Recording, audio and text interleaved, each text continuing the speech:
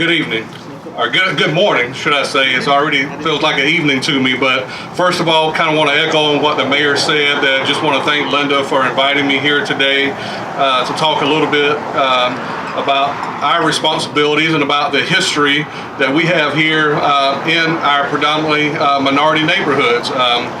Even though that I was born and raised on the east side and still reside there, I was asked to speak about the south side. And from my standpoint, it doesn't matter what side of town that you live on, you should know the history of all of Anderson. And so what I want to do is just kind of share with you some things that you may or may not know about the history of the south side of Anderson. The first thing I want to talk about is the Greeley Institute.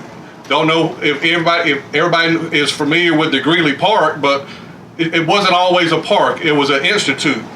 And I'll tell you a little bit about it. In 1870, Horace Greeley established the institute in the name of the abolitionist, which is himself, because the trust was to be used for the advancement of freedmen and their children and for the educational purposes. In 1913, it became part of the public school system. Back then, our public school system was District 17. It later became District 5. It remained a public school until 1954.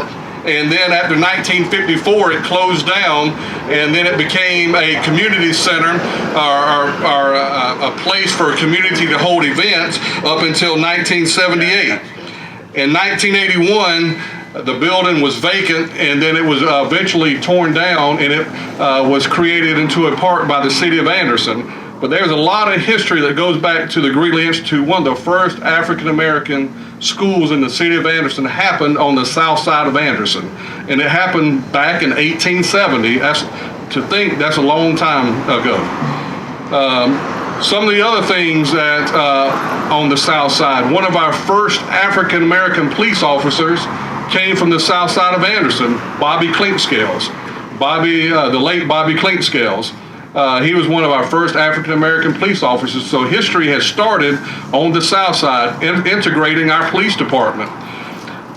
The south side is so filled full of African-American businesses who have been so successful and have contributed to this community. From the funeral homes, we have 4 funeral homes on the south side: Colonial Funeral Homes, Holloway Funeral Homes, Johnston's Funeral Homes, and D.B. Walker Funeral Home.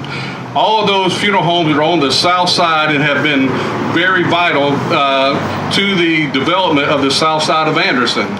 But most importantly, if you drive down the south side, just about on every corner you will see a church.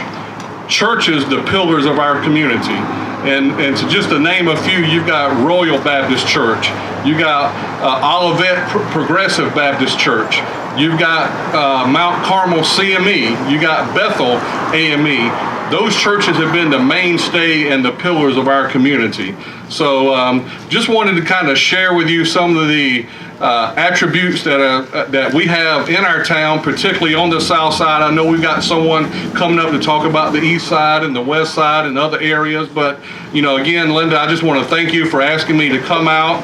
And again, I know it's hot and I'm going to keep it brief, but the most important thing that I want everybody to remember is that most Americans celebrate July the 4th as Independence for America. That's what we were taught in school. When I went to school, my children went to school, we didn't learn about Juneteenth.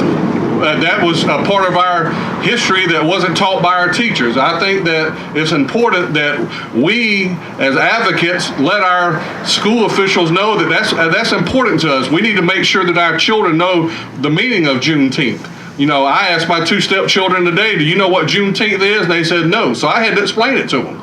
And so, that's sad. And but again, while most Americans celebrate July the 4th, the true independence for all Americans happened on June 19th, 1865. Thank you very much.